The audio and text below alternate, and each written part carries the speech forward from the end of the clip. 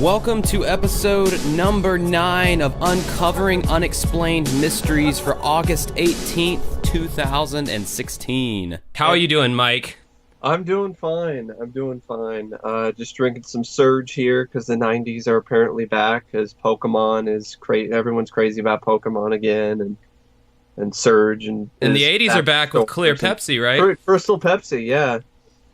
You know, I had that the other day, and I've never had anything like that, like any clear, thing that's supposed to be like cola. Dude, it was a mind fuck. Like, I almost had to close my eyes as I was drinking it, and I'm like, okay, tell yourself this is Pepsi. And then it's like, okay, I can taste it. And then I open my eyes, and I see that it's clear, and I'm like, whoa, man, mind is blown.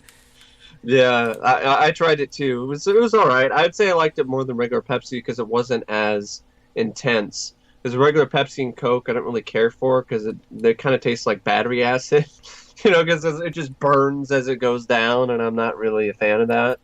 So, it's a lot more smooth. It's smoother. I fucking hate Pepsi. I'm not a fan of Pepsi. Whenever I go to my gigs for karaoke, they only have goddamn Pepsi products, and I have to drink because I like diet drinks. I know, whatever. Say whatever you want out there. I don't think it's that bad.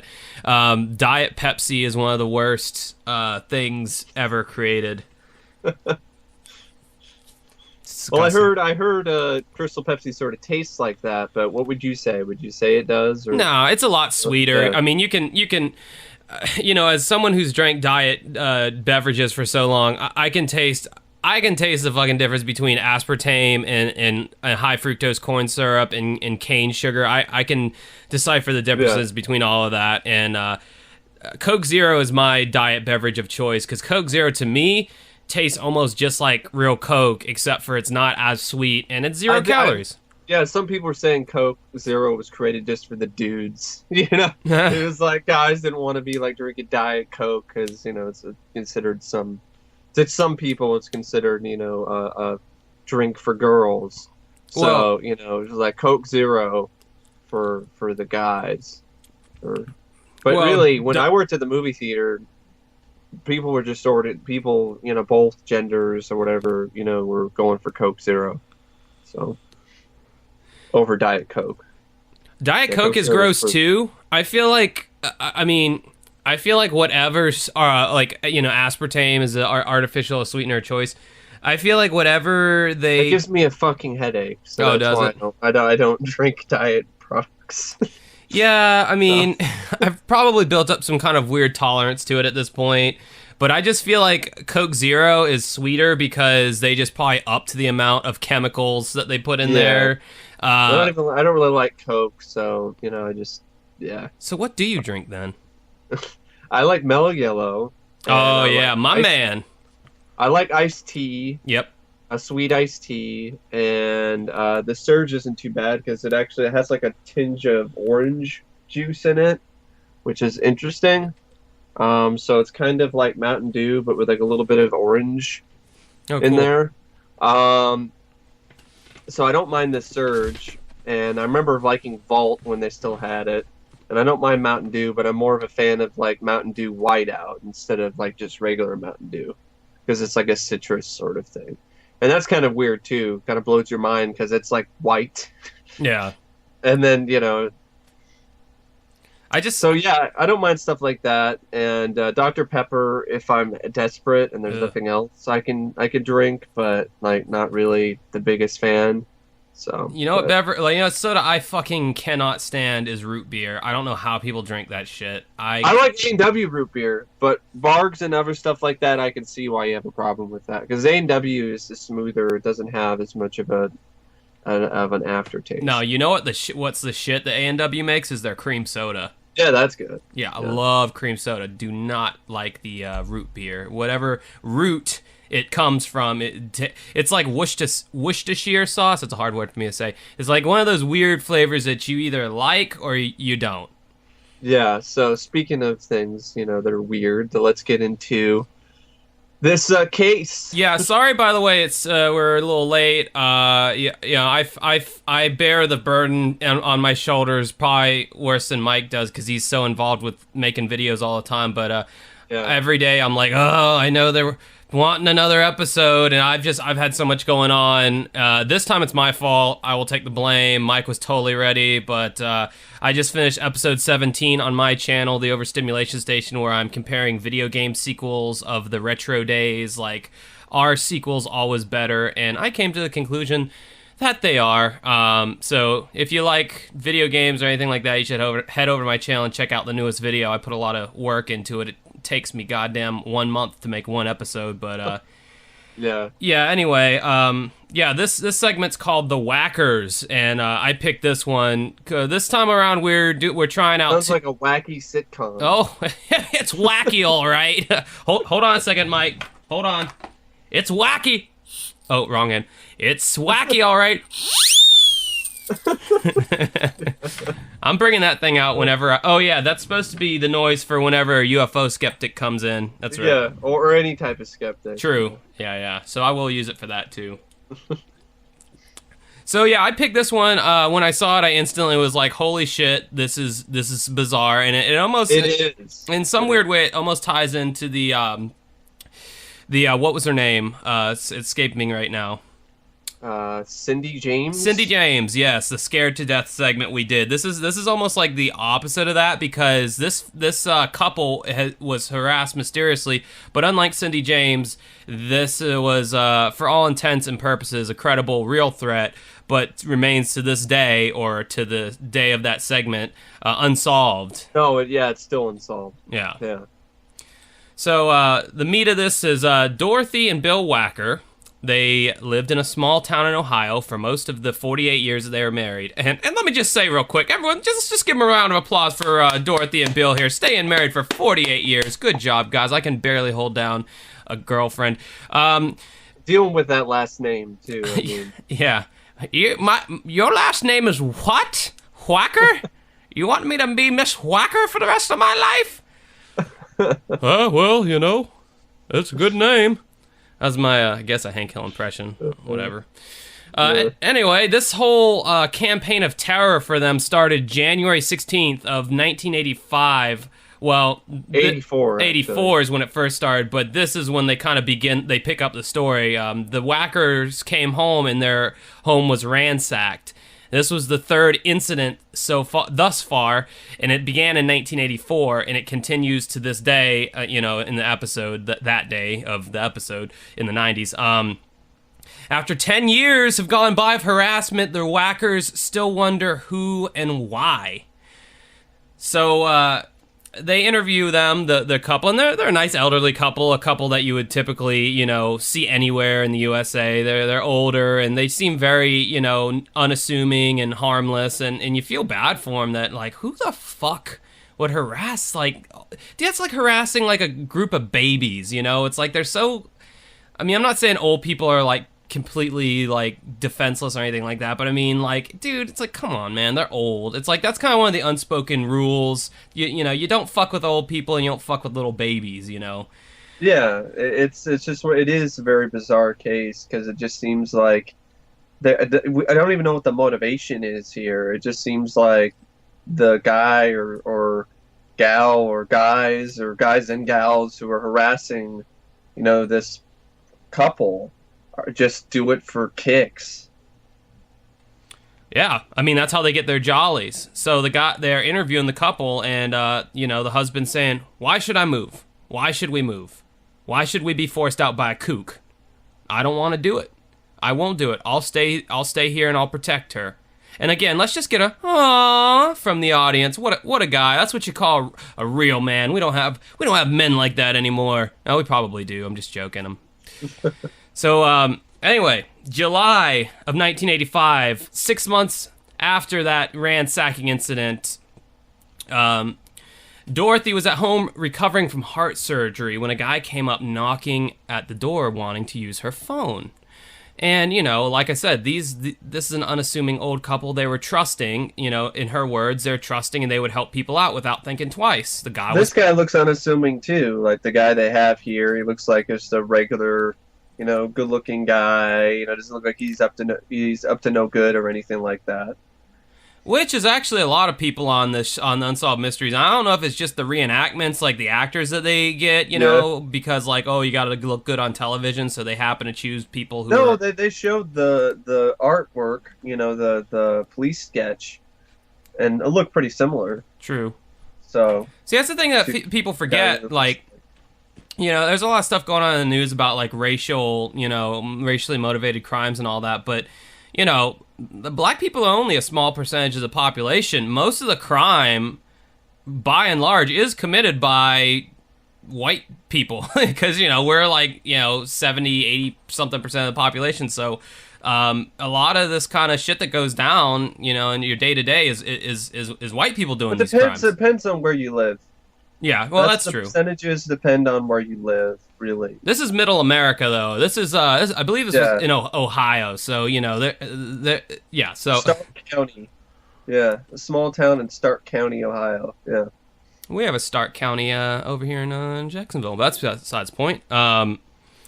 So anyway, the guy came knocking. He wanted to use the phone, and she let him use the phone. As he was talking on the phone, but she didn't pay any attention. She went to the kitchen and resumed her tasks, and she was like, "Well, you know, when people talk on the phone, I don't eavesdrop. I don't listen. You know, I don't bother them." So after he got off the phone, he said, "Thanks very much," and so she assumed he left. Didn't even walk him out to the door to make sure he left. Now, see, this lady definitely grew up in a different time and place than me and how I was raised. I would be like, why the hell are you still here? Like, or I'd be like, hey, are you done with the phone? Yeah. You know? Like, you walk him out as he's a fucking stranger. You don't just... That's crazy that you would just, like, go back to your chores with your back turned. And, you know, these people were very trusting. Like I said... from another time and place. I mean, here in Canada, it's more or less like that, more of that kind of lighthearted, trusting nature. But in the U.S., man, we are a paranoid group of fucks down here. We don't trust anybody. With stuff like this, I can see why. Well, yeah, exactly. Well, maybe it's because shows like this, you know, put that fear in us, in the news, our news media and shit. You know, that's probably where a lot of the fear comes from. Yeah. Fear mongering. So she assumed he left, but to her surprise, he snuck up behind her, hit her. She wakes up bound and gagged. She woke up tied, you know, lying on the floor, and she was able to get the neighbors to hear her. Then her husband Bill returned home to find his house swarming with police. Dorothy was not seriously injured, but some personal possessions were missing, including a revolver, an antique watch, a movie camera, and a radio scanner. And the creepiest, tastiest part of this segment is in the dining room, the assailant left a bizarre message scrawled on the wall in crayon, which said, "Cheaper, but will do." That still creeps me out. That really just makes my blood curdle. Because I'm just like, I don't get it. It's just so bizarre and strange. Cheaper, like, but will do. What the fuck does that mean? I mean, that almost sounds like something you say to like a really low-end prostitute or something that somebody gets for you or something. Like, yeah, she's cheaper, but she'll do. Yeah. I mean, was he talking about the merchandise he took from the house? I mean, who knows? But that doesn't make sense because you find out later that all of these objects were eventually returned.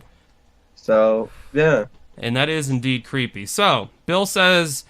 about 4 months after Dorothy was assaulted, as you were saying, the revolver turned up on the porch, the revolver that was stolen. And then one by one, the items all eventually appeared again. And he says, quote, I can't figure out why it was brought back. If someone steals something, if it was of no use to them, they would sell it to somebody else, which is totally true. I mean, if I was to break into your house and steal your shitty Xbox 360 that doesn't work, I wouldn't give it back to you. Well, it does work now. Oh, it does work now? Okay. Well, I'd go and pawn it, or I'd put it on Craigslist. Well, I mean, they don't have Craigslist back then, but they sure as shit had pawn shops, you know? I mean... Yeah. You wouldn't give it back to the person, you know? Even the police chief, he was just befuddled. and I could see why, because he was interviewed, and he's like, this doesn't happen. Like, this is very rare that any of these items are given back to the person who had them stolen. You know, who these items were stolen from. It's very bizarre. It is one of those things like, this is just so strange. It's like. And as soon as he said those words, Unsolved Mysteries' ears perked up and said, "What? Strange? Bizarre? Unsolved, you say? We'll cover it." I feel like this is a segment that you could only see on Unsolved Mysteries, and why this was such a great show. Because, dude, I mean, you got your ghost hunters and your sightings and stuff, but they would have never covered a segment like this. And this is the kind of shit that just rounded out the show so completely and made it the great show that it is that, you know, they're doing segments like this to where it's like, you can't file this under any other thing except for just fucking weird. And there's really, you know, no show where you can see a UFO, a Bigfoot, a ghost, a lost love reuniting, and then this shit all in one episode. Yeah, exactly. You know? So, meanwhile, the assailant launched a new pattern of harassment, but this time it was over the phone. So the dude started calling, and Dorothy was saying that sometimes she would answer, and he would just be breathing really deep into the phone, which is like, god damn, that is classic creepiness right there. That's a straight out of a horror film. It's straight out of When a Stranger Calls. You know, half expected to hear like some police officer show up later. The call is coming from inside the house. Yeah, exactly. Then other times he'd say stuff like, "I'll knock you in the head and lay you out."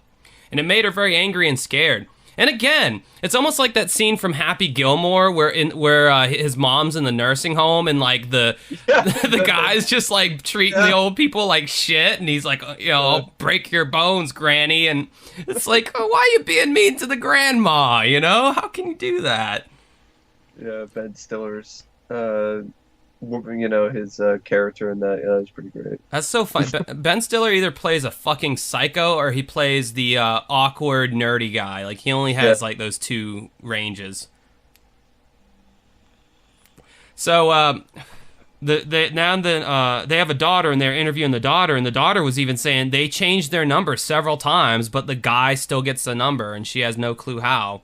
This is before the internet, so that is very puzzling. It's like, how did he must know somebody who knows how to find phone numbers, I guess. Just the amount of effort that would be put into that alone. I mean, that's got to be a part-time job of yours to harass these people. Like, you got to like clock in, you know, hours like finding this information. And it's also the time when phone books were around, so maybe they didn't change their last name, so they just changed their phone number. Yeah, I mean, I would think about temporarily changing my last name in the phone book. I know that caused problems, but if I'm being harassed on the phone, maybe I'd consider doing that. If that's something I can do. I don't know, maybe the phone company or whatever would be like, you can't do that.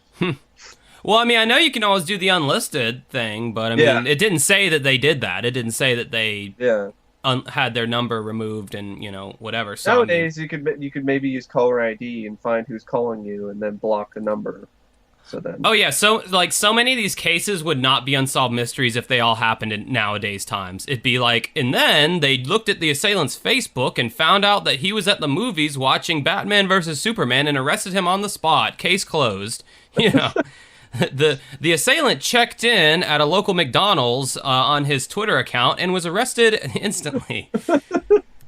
Yeah, these would not be unsolved. That's why I don't want them to remake this show. I don't want new segments. I just love watching the reruns. I'd be okay with new segments for certain things, like the Unexplained stuff. That's why I think if you brought back sightings, that would probably be interesting, or unsolved mysteries for other sort of cases. There's probably cases that are like this that are still unsolved, even with all the technology and all the advances that we've had in that field. I would not be surprised. Yeah. I mean, it's really just a matter of if you don't want to be caught, you won't be caught. I mean, it's a matter of leaving as little of a digital or physical fingerprint or footprint as possible. So, I mean, It is possible, believe it or not, people. It is possible to not be on social media and not be able to be found if you don't want to be found. Yeah. So going back to the segment, the harassment escalates, and most of the time that would happen at night. It seems like it. Right. They'd be watching TV, they'd be reading, and then someone would bang on their door 5 or 6 times. One time when it happened, the Bill got his gun and he went outside. Never saw a thing, never heard a thing, never heard a car, never heard a noise whatsoever. They felt at that point they probably needed to invest in some kind of security. And what do? They get a light for their front porch. Now, granted, they're elderly. They've got a gun. They feel like, okay, well, if I just install a light, this'll make at least to where maybe they'll be deterred from banging on the door and all that because they might be seen. Not too long after that, though, they got a note on their front porch, and the note said, "Your lights are a laugh." Periodically, other notes started to show up. It's a really creepy troll. Yeah. It's like this is trolling before the internet. Yeah. And I have to say, this is probably worse than trolling on the internet because I can block the trolls on the internet. Right. People do this and leave creepy notes and break into your house and shit. I mean, it's like I don't know what I could do unless I know who this person is. So yeah, it's crazy too because these they're written in crayon. It looks like a kid wrote them, and they're misspelled. Lights is spelled with a Z at the end instead of an S. And all it's not the first time. All these different notes start appearing after that. Right. It said, like, one said, "You are scum. I'm going to get you." Again, why are you calling the old people names, man? Why? That's so mean, Like, what the fuck? Why? These are the night. It's like, it's like, dude. What did they ever do to you? It's like, dude, get a fucking hobby, man. Like, seriously? And no fingerprints on this stuff ever turned up in the evidence that was submitted. There was no fingerprints. With the investigation stalled, they were at the mercy of their unknown enemy. And on October 27th, 1993, he struck again when Dorothy was out in her backyard. Dorothy was raced to the hospital with skull lacerations, and of course, no one saw anything. There was no suspects, no clues, and at that point, the lead detective presented Dorothy with an unthinkable scenario. He asked, "Do you think your husband could have been the one to do all this?" To which she replied, "No way." And so then they show the husband the segment, and he's saying, quote, "He said that we got to explore all possibilities, and she said no. Why should I do something like this after being married for 48 years? Exactly. And he just came off so credible. It's like, dude, you're looking in the wrong direction. The husband didn't do it. Like, stop whacking the Wackers. What did they do to you? You have the stupidest last name I ever heard. Yeah. Which would be a good enough reason for someone to troll someone on the internet nowadays. I don't like your name. So then the Wackers took matters into their own hands, and they staked out their own house. Bill, the husband, was held up in a trailer parked in the driveway. And then across the street, their son-in-laws watched from a van. One of the son-in-law's wives, Kathy, was inside with Dorothy, the wife. And for almost 4 hours they waited. Then at around 10:30, they decided to call it a night. And as soon as they did that, outside they heard bump, bump, bump. And inevitably, the intruder had found a blind spot in the Wackers stakeout. There was a note on the porch, and it said, "Get the message," and it was attached to a rock. Now, that's crazy to me. That reminds me so much of the Cynthia James case, because it's literally like, as soon as the stakeout stopped, another attack happened, which almost, to me, lends credibility to Cynthia James's story, because it's like, well, to quote the parents, well, surely they're going to know if you're there, referring to the police. And that's kind of how I view this. It's like, well, surely the guy's going to know that, And whoever's doing this must be fairly intelligent, because they were able to identify the blind spot and find out where it was in a fairly quick amount of time, too. So they obviously know what they're doing, and this makes me think that maybe the person that's harassing the Wackers has harassed other people with the same sort of stuff. Sociopaths, man. They are all over this show. Just people who to which there is no rhyme or reason to why they do what they do. I thought it was interesting too is that one of the investigators was saying it seems like the harasser is writing with his opposite hand. So if he's right-handed, he's writing with his left, or if he's left-handed, he's writing with his right. And that's why everything, in a way, to make it so they can't identify him by his handwriting. Yeah, which I've thought about that before myself. I was like, man, if I was to ever like write someone a threatening letter, I'd do it with my left hand. So, not saying I would ever write anybody a threatening letter, but I thought if I did, that's one way I would do it. The Wackers remain as mystified today as when their troubles first began, and they believe the guy who first assaulted Dorothy is the main suspect in this case, but that's as much information as they give you in this segment. I mean, as far as we know, it still remained to happen. I suspect they are either not around anymore because they were pretty old in this segment. Yeah, they both passed away. Bill died in 1999. It is unknown if harassment continued after his death, and Dorothy died on July 22nd, 2010, at the age of 3. So they're both no longer with us. So that's really too bad. Is that it seems like to me that they still didn't find any justice for it, and as far as we know, they could have been continuously harassed until they passed away, and that's just messed up. That sucks. Yeah. But I mean, obviously they're not being harassed anymore, so yeah. So they were thinking about some of the police investigators. They were thinking that maybe it's possible a neighbor or a friend or a family member is the cause, given the degree of the knowledge of the Wackers that they have. But why would anybody in their family or why would a friend of theirs do this to them? Well, the main thought was that they wanted them to leave that house for whatever reason. That was the main kind of theory, is that they wanted them to leave. Who knows why? So, I mean, that I don't like old people. It's like, I don't like old people. You old people, get out of my neighborhood. Old people with your shitty candy. Your weird routines. So that's that segment. Now we're moving on because we're jamming in 4 segments this time. We're trying to do 2 short ones, 2 long ones. Now we're moving into a long one, a segment that I've personally have wanted to talk about for a long time because I get chills. I was explaining the story to someone the other night, and I got chills even explaining the story. But then again, I get chills anytime I talk about UFOs. This on the Ultimate Collection box set, you can find this segment, and it is called the UFO Odyssey. It's also on just the UFOs box set as well. Yes. So these are the Wytheville, Virginia UFO sightings. Now, at the beginning of the segment, they go into all the former segments of UFOs before they go into this one, which is pretty cool. They kind of chronicle all the all the stuff that happened. So I'm reading my notes here, and it says, country music playing, Hicktown.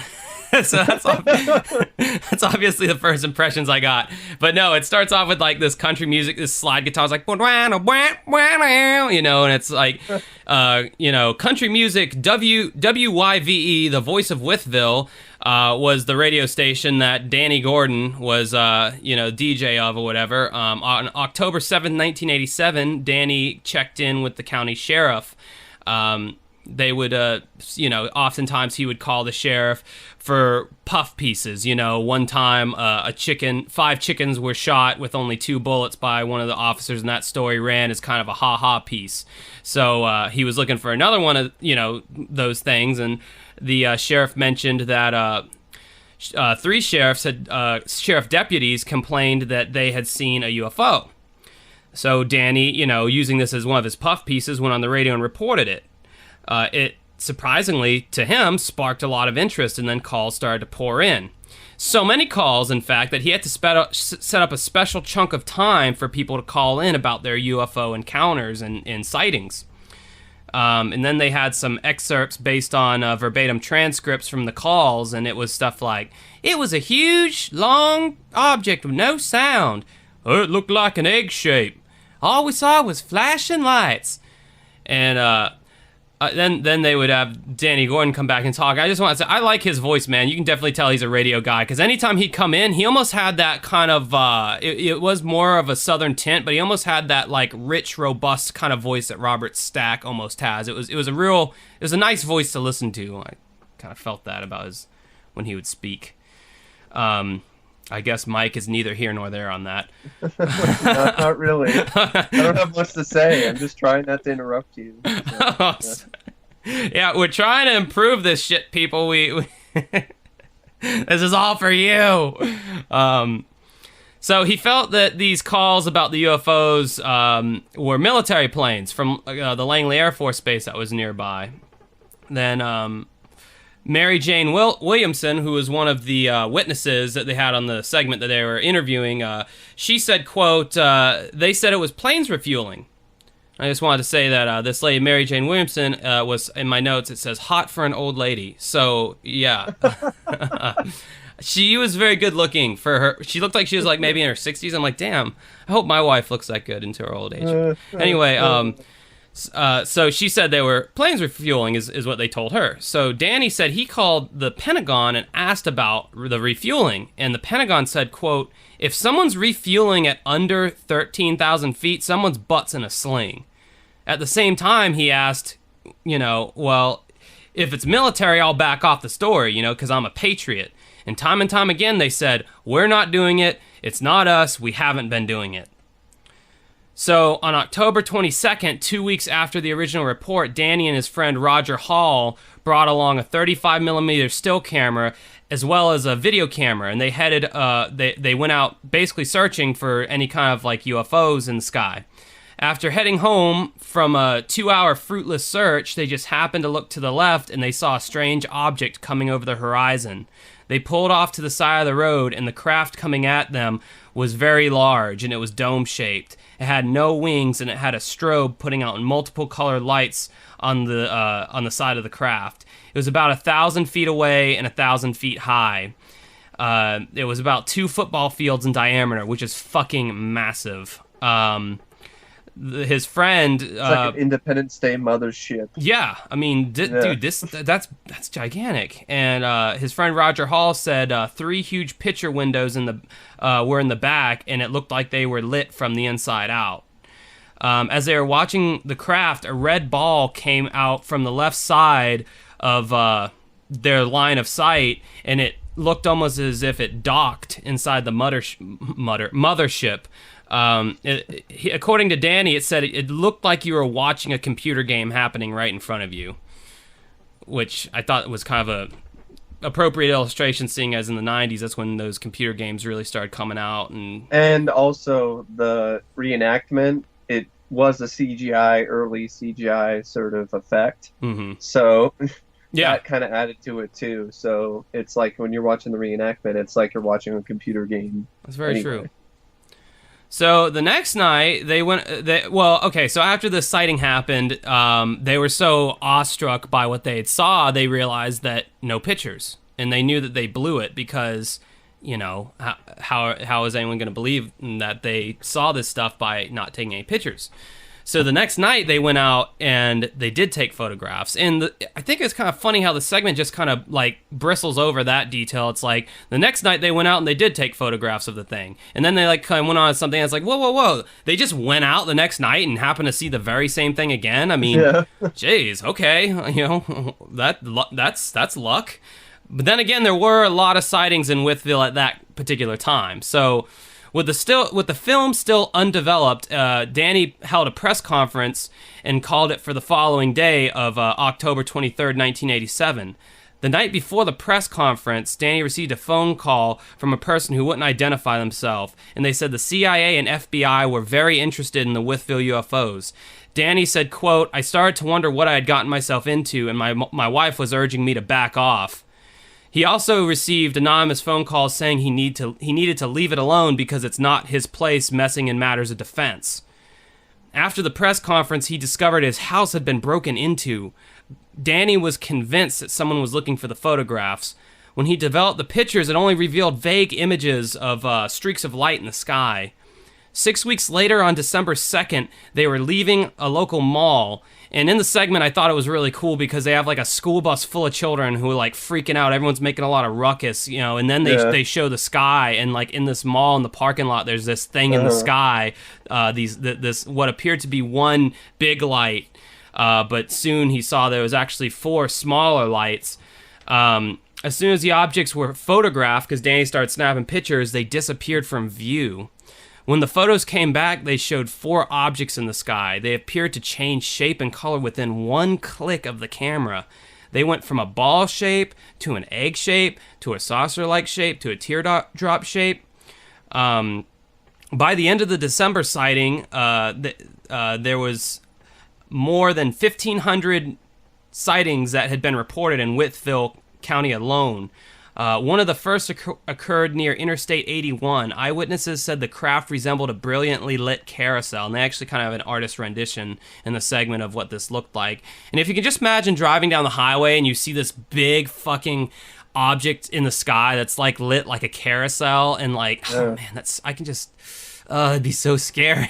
Like, it'd be cool, but it'd still be scary. I haven't decided if it would be cool or not yet. I can't figure out if I would like that or not. I think for me, I think it would, because I've been obsessed with Unexplained since a young age.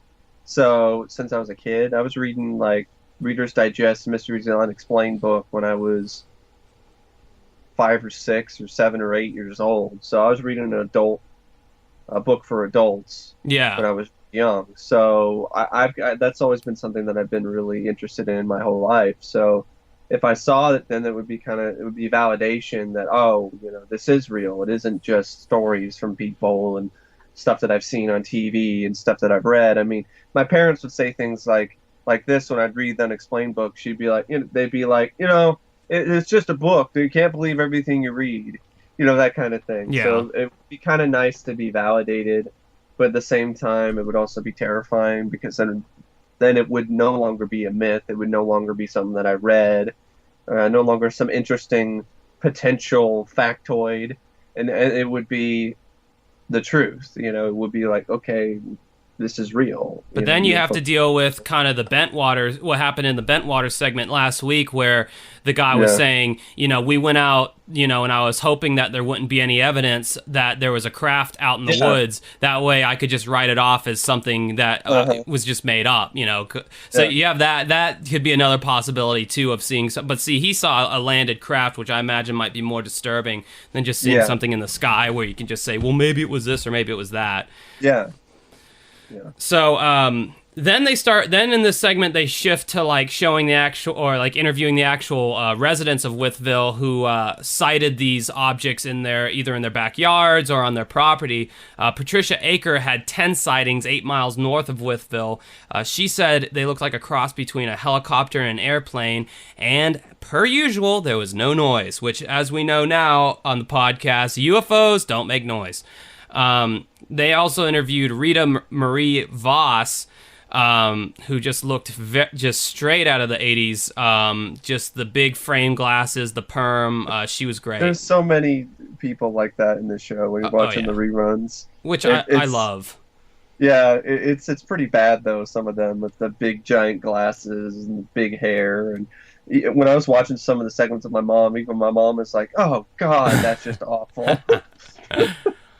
Yeah, some of these people, I'm looking at them and I'm thinking, man, if they like straighten their hair and got a few tattoos and, you know, got a little, piercing, I was like, man, they'd be kind of hot, you know? But with the curled up permed hair and the big ass glasses and the grandma clothes, it's like they look like a totally different person. It's just funny to me. Rita Marie Voss said she saw a UFO half a mile from her house coming over a ridge, and it looked like a carousel. And they had an artist rendition. Just think of this I'm guessing in Washington they have this kind of stuff, but they don't have it in Florida. It's like this big hill, grassy hill with all these almost like looked like pine trees of some kind, coniferous tree, and just this UFO cresting over this ridge, and the artist rendition was very terrifying as well. It was. Just imagine that in the back of your fucking head. I already was putting that in my head, just because I'm around all kinds of trees like that. Do they have ridges and stuff out there where you live, like stuff like that? Well, I mean, farther out, not exactly where I'm at right now, but definitely the Pacific Northwest. There's a lot of stuff like that. I mean, you're already having to deal with Bigfoot, Yeah, if you could see them, can you imagine that? Can you imagine the same day see Bigfoot and then a UFO? Like that would totally just. I would probably end my life at that point. I would know that there's just no way I'm going to win against this war. Or if you see a UFO and then Bigfoot comes out of the UFO. And then at that same point, your house is like haunted, windows and shit starts opening and closing. Good. So, then again, Mary Jane Williamson, the hot old lady, said the sighting occurred over her house. She said it was white lights, semicircular white lights. She said it was huge. It was just huge. She said you could never see an outline of a craft. But she knows it wasn't the planet Venus. It wasn't, wasn't anything like that. Which again was some of the explanations that people gave. That's our skeptic whistle. She was some kind of craft that was moving over her house that was huge. So Danny Gordon eventually talked to the spokesman of defense from the Pentagon. This is another quote I found great from the segment. And the spokesman from the Pentagon, who deals in all the branches of the military, said, quote, "We do not deny UFOs exist. We confirm that they do exist. What we deny is that they pose any threat to the populace of Wythe County." And then Danny asked, well, how do you know this? And the guy responded, I can't tell you, but that's why we're not sending convoys of aircraft down there to protect Wythe County. So maybe that UFO in Texas, maybe that posed some sort of threat, because there was like 23 helicopters that showed up. It's like they're doing some kind of like weird field experiment and they're just letting them run amok, and sometimes they'll get out of control and they have to like wrangle it back in or some shit. Like the Keystone Cops or something, When you said like some weird experiment, they got to wrangle them back in, that just kind of made me chuckle. Not at the fact that, it's not really funny that the military has to deal with this, but I mean, could you just imagine like the Benny Hill music or something? And they're like chasing the little green men through like this hallway of doors, and they all like Scooby-Doo style, they're going in and out on different doors and shit. And they get the UFO, and then they're, dang it, get back over here. Jeez. UFO's just darting across the sky, and the planes are trying to catch it and trying to corral it or whatever, try to get it to go somewhere else. So yeah, I mean, but like on a serious note though, it's like that is just so basically, if we're to believe this Danny guy, the government knows about UFOs, and they know enough to know that they pose no threat. That's why you don't, after every UFO sighting, you don't see, like, as he said, convoys of military aircraft chasing these things down, trying to protect people. It's like they know what's going on. It's like a controlled kind of thing. And that to me is just, that means one of two things. We have either commandeered alien technology, and these sightings are exactly what Danny first thought they were, a military aircraft being tested out of Langley Air Force Base in Virginia, but these military aircrafts are alien technology, and these are actually human government officials operating these crafts. Or B, we've made some kind of a relationship with these beings from, elsewhere, and we trust them enough to allow them to run amok in our skies. It could only mean one of those two things, Like Men in Black.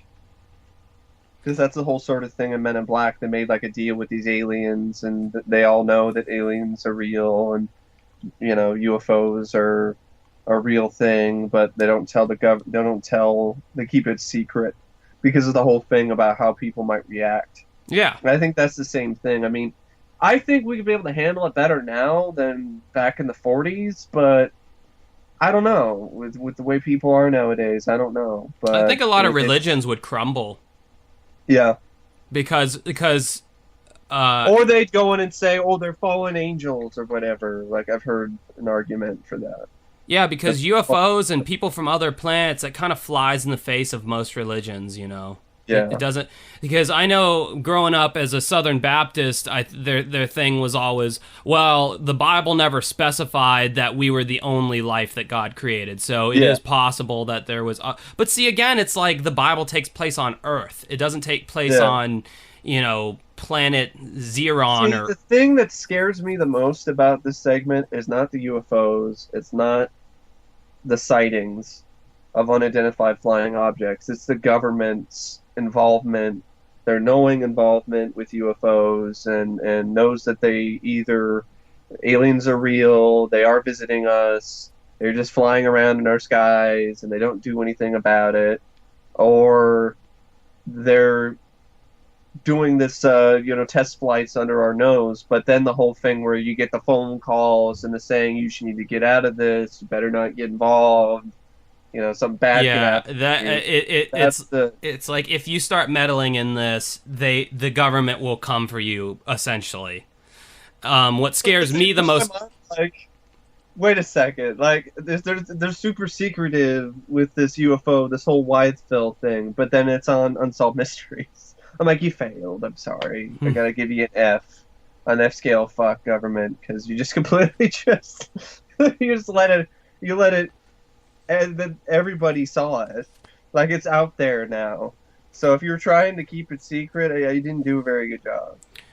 But see, why Unsolved Mysteries remains more credible to me than the rest of these kind of alien shows is Unsolved Mysteries never does that kind of clickbaity kind of thing. Like, we know, stick around, to find out if we discovered alien beings when we're back from the break. Conspiracy Theory with Jesse Ventura. Yeah, that show was such a joke. Jesse Ventura is a whack job. Good Lord. Probably what scares me the most about this segment is what I'm about to read you. Yeah. So Danny was preparing for another conference in Virginia Beach, when he received an anonymous phone call from a retired military intelligence officer. The first thing he said was, make sure this call was recorded. And Danny asked, why do you want me to tape this? And then he goes, if anything happens, I want people to know I forewarned you, he said. He said, he'd been investigating this thing for many, many years. He said, I saw my son die of leukemia. He said, because of his investigation in the UFO field, they'd hit his son and caused his son to die of leukemia. He had information that the federal government was not too happy with Danny's coverage of the UFO sightings, and that he was too loud of a voice to just quiet him by just killing him. They wanted to get him in a different way. They will try to hit you in a way that they feel is practical for their purposes. It could be through skin contact chemicals. It could be on the door of your car, your steering wheel. They could come up with something, do something to your children. End quote. And Danny said, it's one thing to threaten myself, but when you threaten my family, you're treading on thin water. He was also concerned and angry because he believed in free speech and he didn't want these people to stop him from going to Virginia Beach to talk about the incident. And he told the guy he was still going to go.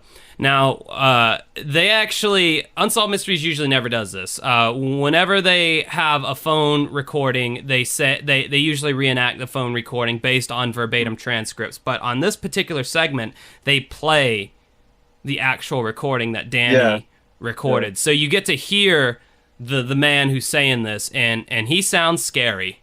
He sounds chills. Chills.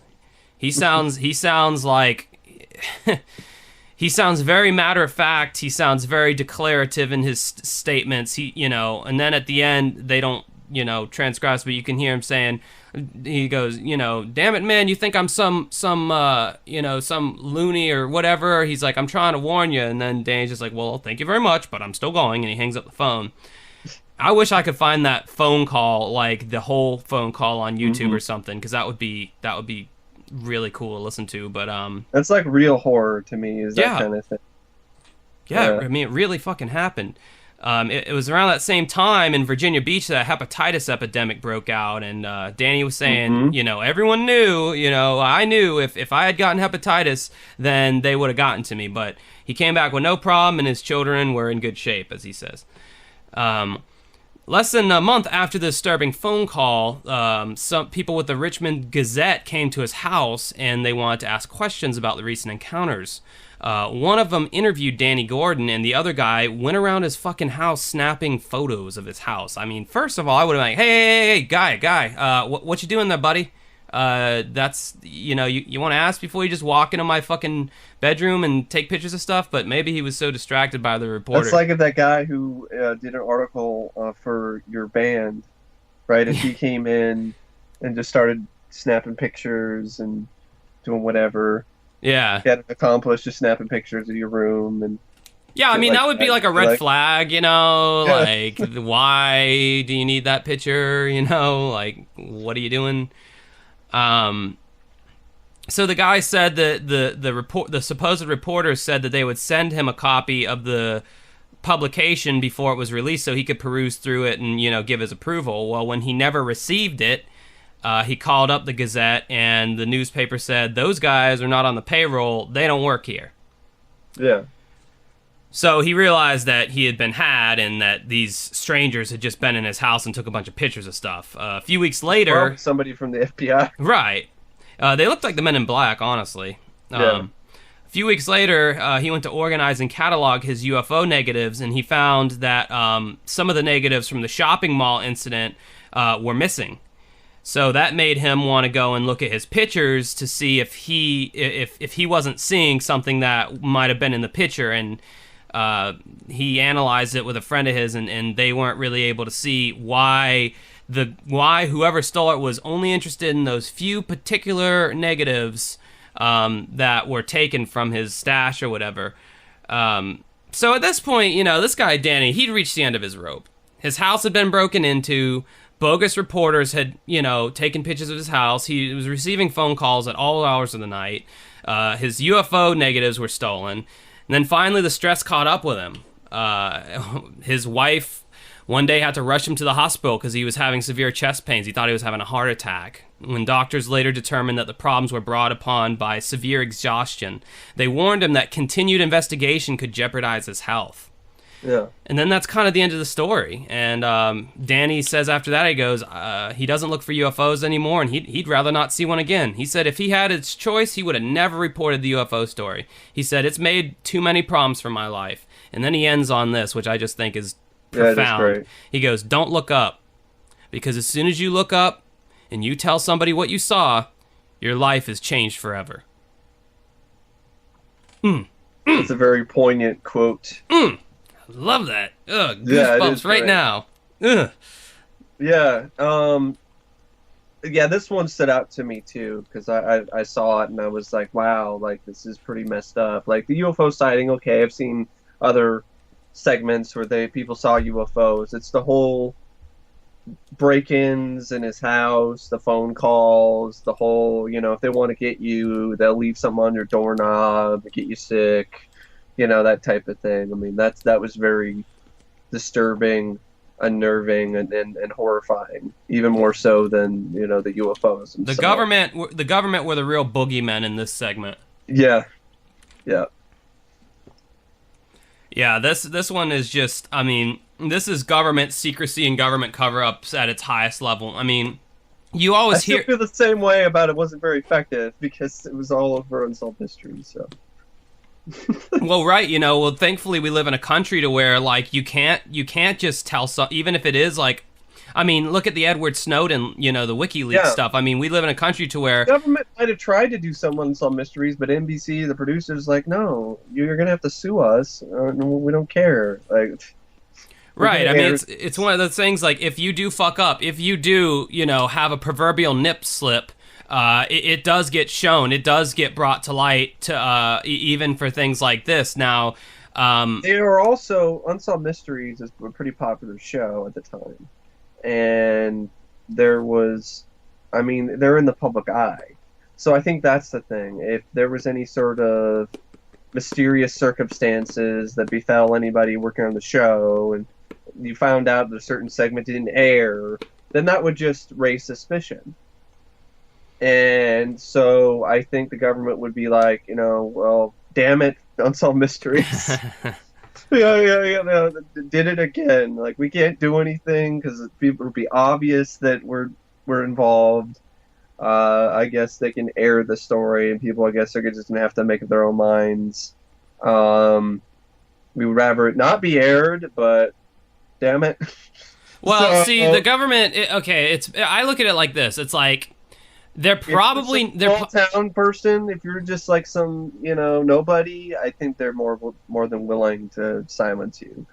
Well, yeah, exactly. I mean, this guy was a radio DJ. That's why they're saying your voice is too loud for us to just quiet you by killing you. But I mean, the thing is, like, the government was probably not happy that this segment aired. But ultimately, what you are left with on an empirical level is a bunch of eyewitnesses, some photos of what could be fraud, could be faked. Yeah. And it's all circumstantial to a certain degree. So, I think that they can pass it off as saying this is entertainment television and not this is an expose breaking open the government secrecy of UFOs. Well, that's definitely what they would do. They would just say, there's not enough there to really say anything. But that's the kind of thing that they've always done when it comes to responding to this kind of stuff.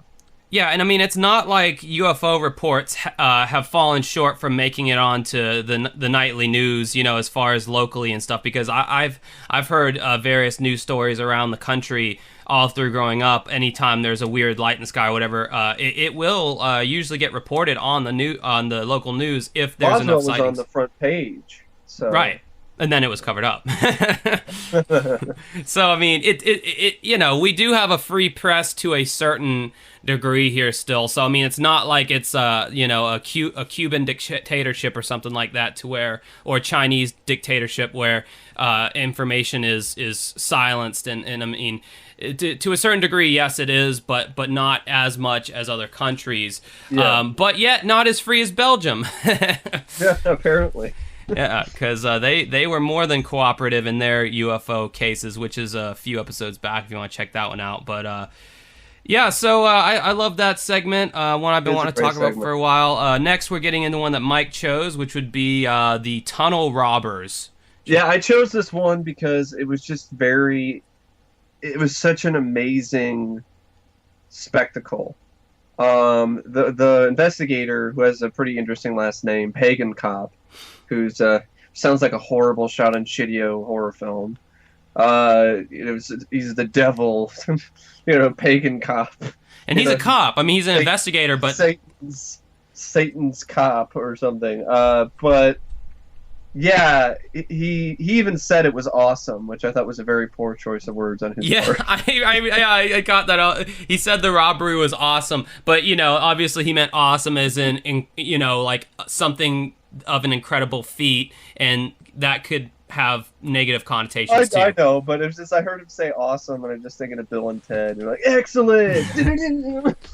Yes, the robbery was quite radical and tubular, might I add. But anyway, it really was, because it was ingenious. These thieves were very ingenious. In June of 1986. A team of ingenious thieves tunneled from the storm drainage system and into a Hollywood bank, using a number of tools to tunnel their way into the bank vault in the middle of the night. The following morning, when bank employees came to work, they were shocked to see a hole in the bank vault and over $2 million stolen. And this robbery was the biggest in Hollywood history at the time. Later that year, another bank in California was robbed in the same manner, but this time the burglars had activated the alarm and fled before being caught, but not before getting away with $90,000. But that wasn't as much as they could have gotten away with, because there were estimates that they could have gotten away with 10 to 20 million if they weren't stopped by an alarm. And people heard motorized noises, which matched the quad runners, or four-wheeled all-terrain vehicles, ATVs, which the robbers used as their getaway vehicles. This one always stood out to me because of just how complex it was. they built these very good tunnels. They weren't like shoddily made. Like these were professionals. These were professionally made tunnels with diamond, drill bits and things like that. It wasn't a hack job. One of the drill bits that they showed was the fucking size of a beach volleyball in diameter, and it had these teeth on there around the rim, and it was called a core bit, and it's used by construction companies to cut through large portions of concrete. And they had to purchase this. The average citizen cannot purchase stuff like this. They had to make up a bogus construction company name, and they were able to purchase this, and they bought it with cash. And just down to like, the highway of tunnels that run underneath LA, the storm drain tunnels, driving a damn quad runner, aka a four-wheeler, down these storm drains, having to carry their excavation equipment, which the drill press for this drill bit weighed in excess of 100 pounds, so they needed... Yeah, they didn't leave any footprints or anything behind. Like the police were saying when they were looking around in the storm drains at first, they found nothing. The police are like, we didn't find anything. So, we ain't found shit. This is almost like Coral Castle level, like, ingenuity, like doing a lot with a very little. Because, I mean, who would think, okay, because everyone thinks, like, oh, you break into the bank, wear a mask, and you go in through the front door. Well, just like the Alcatraz escape, no one ever thinks, well, they're going to come in through the back door, which the proverbial back door in this case is underground. And they went right into the vault. Yeah, and the vault, which, just to add some gravity to this situation, 18 inches of thick steel reinforced concrete floor. So, you're just sitting with your buddy. Me and Mike are hanging out sometime, and we're like, man, I'm so bored. I'm poor. I'm broke.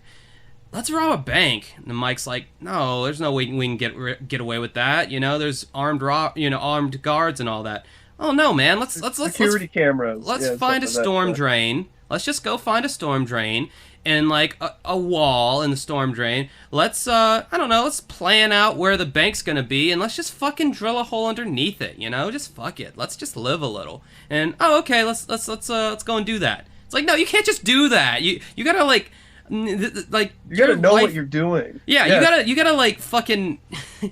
You got to know some people, you have to have some plans to do that. Like that's instead of going to college, you're going to crook school or con college to learn this kind of shit. I mean, this is some ingenious kind of stuff here, blurring in from underneath. And then the hole they show in the segment. I mean, I know a lot of this stuff is based off of and they actually show pictures, like real photographs of the scene. Yeah. Like the hole is just this perfectly drilled hole, and it's just like, good lord, someone really did this? It's nuts. It is. It's insane.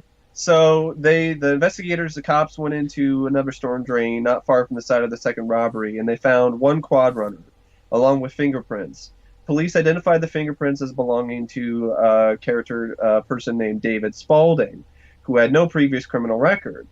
However, the evidence was insufficient to determine if this was a first-time offender or the quad runner was not part of the robbery and was simply abandoned. I think it was obviously part of the robbery. Why would somebody just abandon an ATV in a storm drain? Yeah. As no bank robberies have occurred in the above manner since 1986, the authorities believe the burrowing burglars have terminated their criminal careers. Fear of coming close to being caught may have been a factor, but the more plausible explanation was the failure of the second robbery. Given the tremendous amount of time and effort applied to the robbery, an ill-gotten gain of $90,000 was a big disappointment to the robbers compared to the king's ransom of the first robbery. So, and also they might have just stolen enough money that they were just like, we're good. We did what we planned on doing. Now they're wise up to us. They know what we're doing. Police are patrolling the storm drains. I think we're good.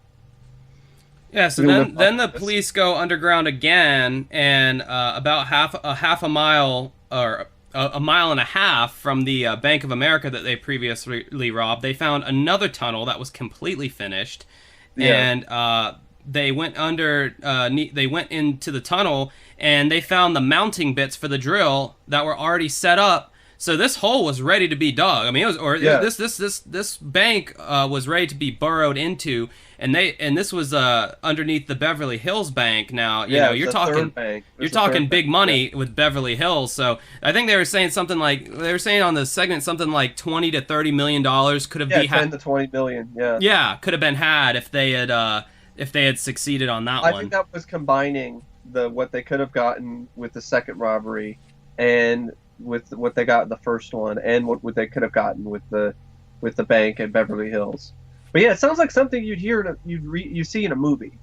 Yeah. It doesn't seem like something that happened in real life, and that's what really stood out to me. It's a very cinematic sort of, these genius robbers, gonna stick it to the man and just, come up with this crazy way of robbing these banks. They still haven't been caught to this day. Police called off a search for the robbers known as the burrowing burglars because as the statutes of limitation for grand theft have run out. That's so weird that you can do something like that, and if you wait a certain amount of time, you just can't get charged for that anymore. Yeah. I think it was either some people who were in the military, or like they were saying, construction. There was definitely some construction experience. You'd have but to the way that it was just such a clean operation, that's what makes me think that these might have been former military guys. That they might have been experts in digging tunnels in certain other countries, for the military. Because there were places where military personnel had dug tunnels underground. So I that would be interesting. It would be interesting to know if they were veterans that got fucked over by the government, and they were just they're not going to give us enough money for our service, So fuck it, we're going to take it from them. I'm not going to lie, man. I think this is the second segment we've done where we've profiled bad guys who got away with it. The first one obviously being Alcatraz, and I don't know, there's just something, there's an underdog kind of thing, because this one, much like Alcatraz, they didn't actually harm anybody. So there's kind of this go for it, do it, escape with the money. It's I'm rooting for him almost. Yeah. Especially in bougie, snobby, stuck-up LA, which I see we actually have a few listeners out there, and I'm not talking about you guys. You guys are great. I'm talking about the other people. But Los Angeles, where everything's so goddamn expensive, it's yeah, man, fuck you and your prices. I'll just take it.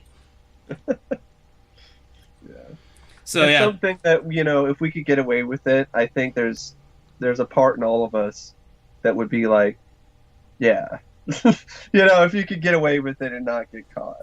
If it's taking from a big corporation or a corrupt system like the banks, the banking system in the United States, I wouldn't feel bad. I would just feel paranoid all the time that I was going to get caught at any moment. That's why I wouldn't do it. Yeah, I wouldn't do it either because of the whole, but that's what I was saying. If you could do it without just knowing that you're not going to get caught and you never will get caught, then I think people would do it. And I know some people wouldn't because of their, and morals and whatever and so morals, on. What are those? I mean, I probably wouldn't because it's just not possible to not get caught. Right. So in real life, it's always going to have that fear in the back of your head. And I'm not smart enough and I'm not intelligent enough to do it anyway, so I wouldn't even think about it. And I have the worst poker face in the world. I can't lie about shit like that to save my life. The police will come in and be like, "Did you steal the?" I did it, and Mike did it too. We were both. I'd start naming names. I'm the worst. But yeah, I just wanted to mention that one. It's an easy one to talk about real quick. It's a very memorable case because of the whole four-wheelers and underground and going in the storm drains, and I love how they shot scenes in the storm drains and actually had the investigators going around looking in the storm drains and stuff like that. Yet again, another thing that separates Unsolved Mysteries, as a show that's truly, rarefied air, And this was in season 1, so yeah. All right. Start. Up next, we're moving on to our final segment, which is one I've been wanting to cover for a while. Someone requested on the YouTube page. One of my favorite bizarre murders. It's from the Ultimate Collection, and it's called Whistle Blown. It's also in the Bizarre Murders box set. Both are very expensive and hard to find. Well, the Bizarre Murders isn't too bad to find on eBay. No, it is. Is it? Yeah. Oh, well, hey, there you go. Better for me. Not like I'd ever sell mine anyway. So this is actually one I covered when I did my top 10 favorite unsolved mystery segments. This is one that I've always just really loved. This is about a man who died while working for a secret uranium facility in Ohio called NLO. No one knew this at the time, but NLO was owned by the Department of Energy, and they process high-grade uranium for use in nuclear weapons. Very clandestine kind of stuff there. Yep. In the fall of 1984, NLO was rocked by scandal when an accident allowed a bunch of radioactive smoke into the atmosphere. 100 tons of radioactive dust had gone into the air and water supply. NLO was, in essence, the third largest nuclear dump in the country. Well, actually, I heard on this Unsolved Mysteries site, it says 200 tons, more than 200 tons of radioactive dust particles. Good God. A lot of radioactive dust particles. I mean, just imagine that a car is about two or 2.5 tons. Yeah. So, like, what, 100 more of those cars worth of, that's enough to give everybody mutant powers in Ohio.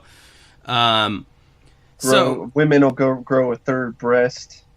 People grow ears. Are you doing some total recall stuff there, Mike? Yeah. Mike, do you hope to one day have Total Recall? What? Total Recall? No, I don't really want that future to happen. That's a pretty messed up future for people. So no. Well, that's what they were trying to make happen. Sounds like, anyway. Yeah. So following on the heels of this controversy, there was another controversy, and this was the body of Dave Bocks, or the murder of Dave Bocks, or the suicide, whatever you choose to believe. His body was never found, but his personal effects were, and he was assumed dead.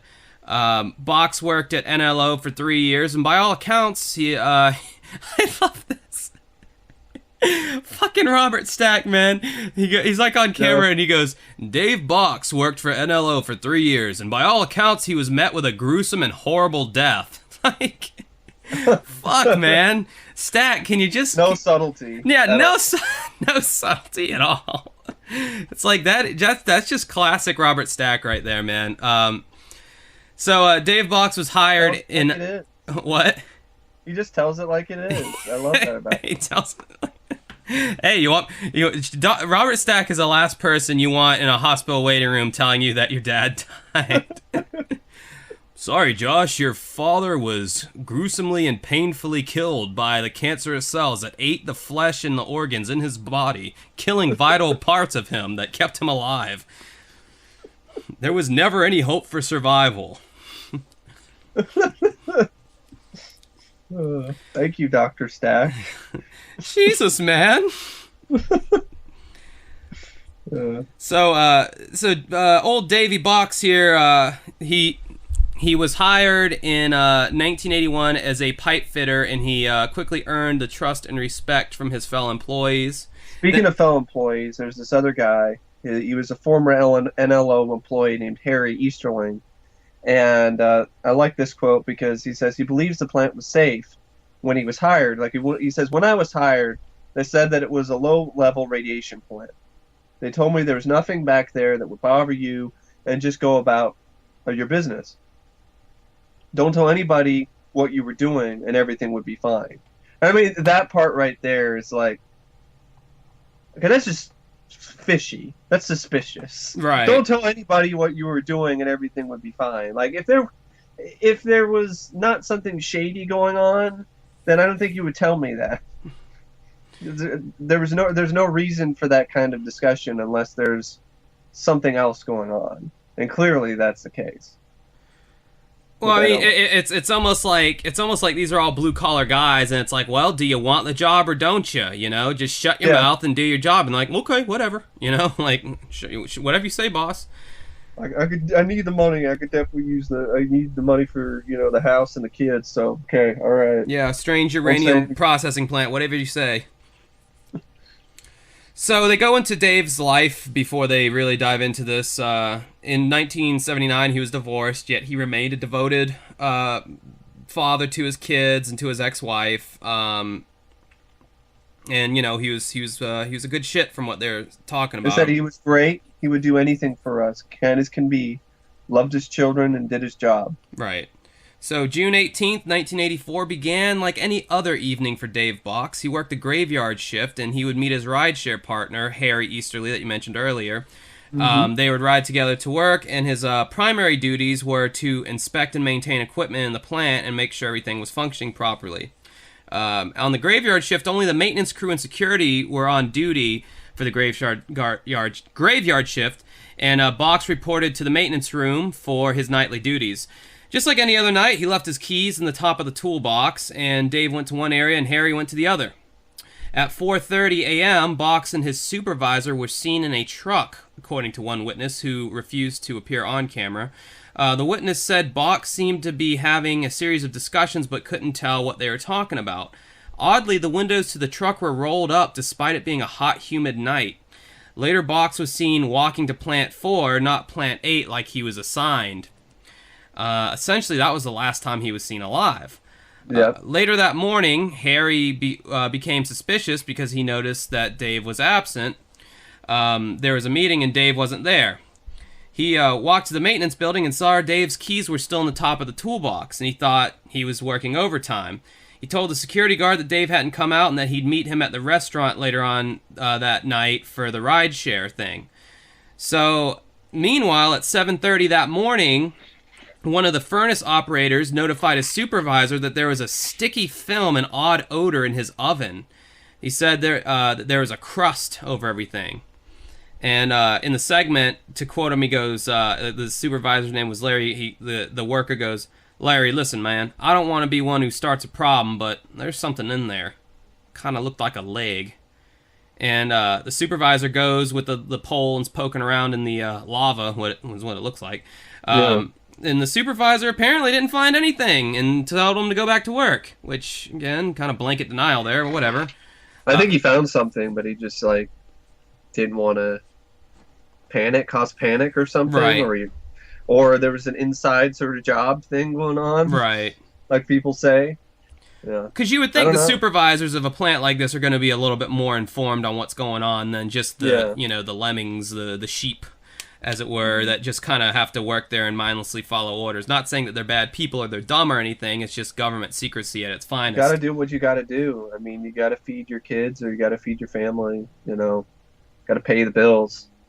And sometimes that means taking jobs that are kind of shady. Right. So at 11 that night, Harry arrived at the restaurant to meet up with Dave as usual. It was Box's turn to drive, and his car was already there. So Harry thought that Dave was inside getting something to eat or getting something to bring in for lunch. Harry was just leaning up against Dave's car when he noticed the fender was cold. And then he touched the hood, and that was cold too. Well, at that point, Harry suspected something was wrong. He reported Dave missing, and the security guard pried open Dave's locker, and his clothes were still in there. Dave's family contacted the plant, and they wouldn't give them any info either. They basically said, yeah, we don't know where he is, we can't find him. Inside the plant, the investigation, which I guess an investigation was started at this point. They never really say that when the investigation was started on the show. I'm assuming it started after he couldn't be found. The investigation was confirming the worst. At 5:15 a.m., around the time of Bocks' disappearance, and this is one of the parts I love about this show. This is the scene that I love from this segment. The temperature in the furnace at Plant 6, which was kept at a constant 1,300 degrees, had dipped down 20 degrees, and they actually show it's like 28, I think. Oh, 28? Yeah. Okay. They actually show like this like circular temperature measuring thing, and it's like it had these little lines, almost like a lie detector test, if that puts in your mind. And it shows the little rod just slowly dipping down in temperature at this time, which was something they added in the segment. Whoever the director was for this segment, that was a really good choice to throw. It's a great way to create a visual representation. There you go. That's what I was trying to say. And this sudden change suggested that something foreign had been dumped into it. Yeah. So then investigators had to wait 3 days for the molten liquid inside the furnace to cool. 3 fucking days. I mean, I guess at 1300 degrees, I guess you would have to wait that long. Then the employees sifted through the material to look for some kind of evidence. Well, they found it. They found some melted keys that belonged to Dave's car and 3 padlocks of his. And the conclusion was inescapable. Well, they said the keys didn't melt. The keys weren't melted. They said that's one of the things that was suspicious for them, is that the keys weren't entirely melted. They found the keys belonged to the victim's car. They also belonged to 3 padlocks of his. They also, before they shut down the furnace, one of the workers found what appeared to be a piece of bone on the lip of the furnace. So they found the keys didn't melt, and then there was other stuff that was found, stuff that...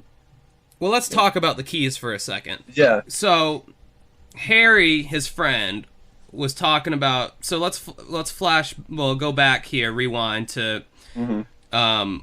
the last time Dave was seen, which was around 4:30 a.m., 5-ish, 5:15, whatever. Okay, so that was that night that he was last seen. So Harry was talking about, many hours after that, still seeing Dave's keys on top of the toolbox. Yeah. And by the time his body was discovered, it's like the keys was still on top of the toolbox after the body was discovered, yet they discovered the keys in the furnace. It's almost like that was some confusion to me, because it's like Harry was basically what it sounded like to me is that whoever did it threw Bocks in the furnace, and then the keys were like an afterthought, and they're like, oh shit, we got to get rid of these too. So then they chucked the keys in there after the fact. And that's why the keys weren't as badly melted as everything else was. Yeah, because the furnace was shut down pretty soon after the keys were probably thrown in there. And even Harry said he gave the keys to the security guard, and what happened to the keys after that, he doesn't know. Almost suggesting an inside job. But the other stuff that they found, other than the keys, was a steel toe from a boot, part of an eyeglass frame, fragments of Dave's walkie-talkie, and this is the one that really was disturbing to me. A stainless steel wire that was looped together in 3 oddly connecting circles. And, of course, pieces of human bone. Almost suggesting that he was hogtied. Yeah. And the way that they recreated this is very creepy. They show that maybe he was dipped into the furnace. And the whole thing where the guy says, I hope he wasn't alive. Well, right, and to expound upon what you're talking about there, they had this guy that, I guess, what was he, some investigator or something like that? Yeah. He was saying on the night that Dave Bocks died, he had been working in Plant 8. Now, Plant 8 had released 4 times the amount of radioactive toxins into the environment than any other plant. He said he felt like Dave knew something about Plant 8. He thought he was a whistleblower, or he was going to be a whistleblower. Yeah. He thought that they either shot him or knocked him out unconscious. Yeah. They took him to Plant 6, and his question was he dead by the time they lowered him into the furnace? Because he said, I would hate to think that he was conscious. I couldn't imagine a more horrible death than that. And then they show the needle dip down again. Yeah. Yeah, it was an investigative reporter named D.C. Cole. But this guy kind of came across kind of conspiracy theory-ish. Yeah, I don't really know for sure how credible he is, because he might have been just trying to find, validation for his theories of what happened. But that's a possibility, because it really is just a mystery about what happened. Some of the investigators, the actual police, they think that it might have been suicide, but Dave had a history of psychological problems. And around the time of his divorce, he'd apparently tried to kill himself. But his daughter believes otherwise. She says, I know my father did not commit suicide. He had purchased groceries for the week. He was planning a vacation with my younger brother and me for the following summer to Florida, and he had paid all his bills for the month. There was no reason for him to commit suicide. That being said, sometimes suicide happens like that. They pay everything. It's completely unexpected. You don't see it happening. They seemed happy. And then, but why would you choose that way, though? Right. That's my biggest issue with the whole suicide thing. Yeah. Why there's nobody in their right mind that would kill themselves in that manner. That's like jumping into a volcano. Yeah.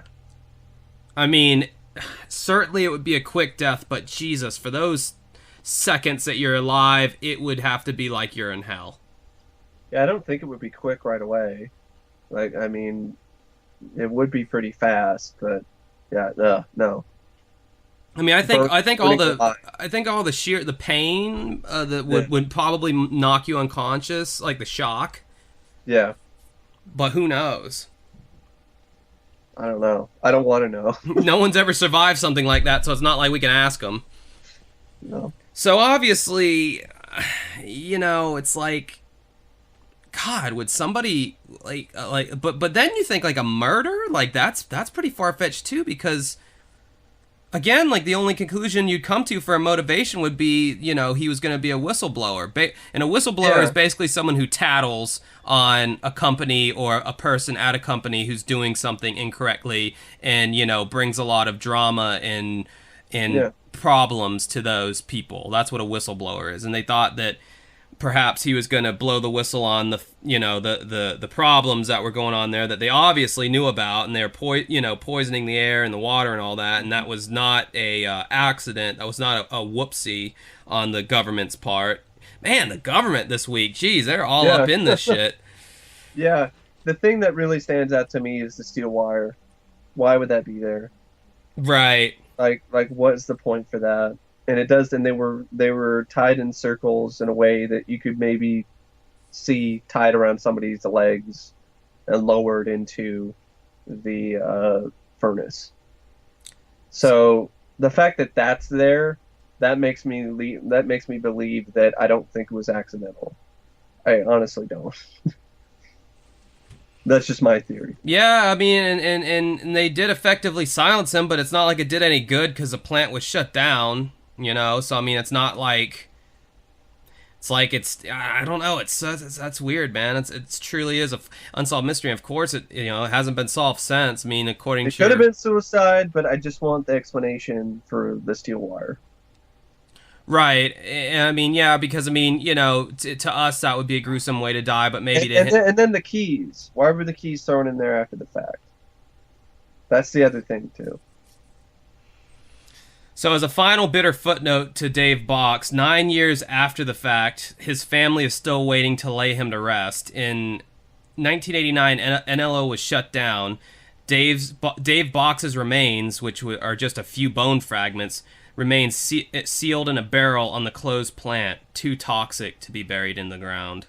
Yeah, I remember Robert Stack's chilling last words in that segment. It definitely did stick with me. The whole thing, they're too toxic to be buried in the ground. I mean, think of that. I mean, talk about a place that's just asking to be haunted. I mean, this closed, this old closed, like beat down, like uranium processing facility, and you break into it as like an urban explorer or whatever, and you find a sealed barrel of someone's bones. Yeah. Geez, that's like the making of like the next Marvel movie or Tales from the Crypt or something. I don't know, man. I wouldn't say Marvel. I would say definitely a horror film. Well, I mean, I'm saying like he becomes, he gets like some kind of superpower. But I guess if he's just bone fragments, it's kind of hard to be like uranium bone fragment man. Just floating around. Yeah. But yeah, I think it's the keys and the steel wire that make me think that he was murdered, because the keys clearly show that they were thrown in after the fact. Before they weren't fully melted. So unless these are keys made out of super material that doesn't melt, and they're 1300 degrees of heat, I don't know. I don't know what to say. Yeah, it's still definitely unsolved. it's definitely a mystery. Definitely a great segment, not because of what happened to him, but just the it's very There's other fascinating. segments like this too. There's another one. I don't remember the name of it, but it was this older guy who worked at a plant, and there was like platinum or something there, and the platinum went missing, and so they're assuming that maybe he was involved with the robbery, but then his family is like, no, that can't be, and yeah, it was kind of interesting that one as well. That might Yeah. be interesting what to talk about. But yeah, it's a mystery. My theory is he was murdered. That's just my theory, in my opinion. You can come up with your own conclusion. I think the conclusion's pretty clear on this one. With that being said, unfortunately, I have to wrap it up. I wanted I to don't have anything else to say, so Yeah, I wanted to definitely put this out today. I didn't want to keep you guys waiting any longer, but I have to go run and do some karaoke, host a karaoke event at an Applebee's, because that is where my life is heading as a 27-year-old. But hey, a job's a job. I hope everyone enjoyed listening. We really appreciate all the good reviews and comments and everything. For some yeah. reason on Podbean, we lost like 100 subscribers. I don't know what happened, if it was some kind of a fluke or whatever, because we had like 100 and something, and now we're down to That like sounds like a that sounds like a fluke. yeah, That it was weird, man. Like sounds one like night. a glitch. Yeah, it was Sounds like a glitch. some kind of glitch, but we're gaining them back though. But yeah, everyone's been we got another good review on iTunes and all that. So thank you everybody for doing that. We appreciate Yeah. it. We love doing this. I'm sucks that I'm having to cut it off and not flap my gums some more, but I'm already running it a little late now, so leave us suggestions. Mike's channel on YouTube, if you want some of his movie reviews, is youtube.com/OCP Communications, and then my channel is much more it's more retro game oriented dude, it's all kinds of shit. I'm trying British food. I do a review of the old Unsolved Mysteries versus the new one. That's youtube.com/dancing with ghosts and the number 2, and that's how you can find more from us. So until next week, I am Josh Cannon. This is Mike.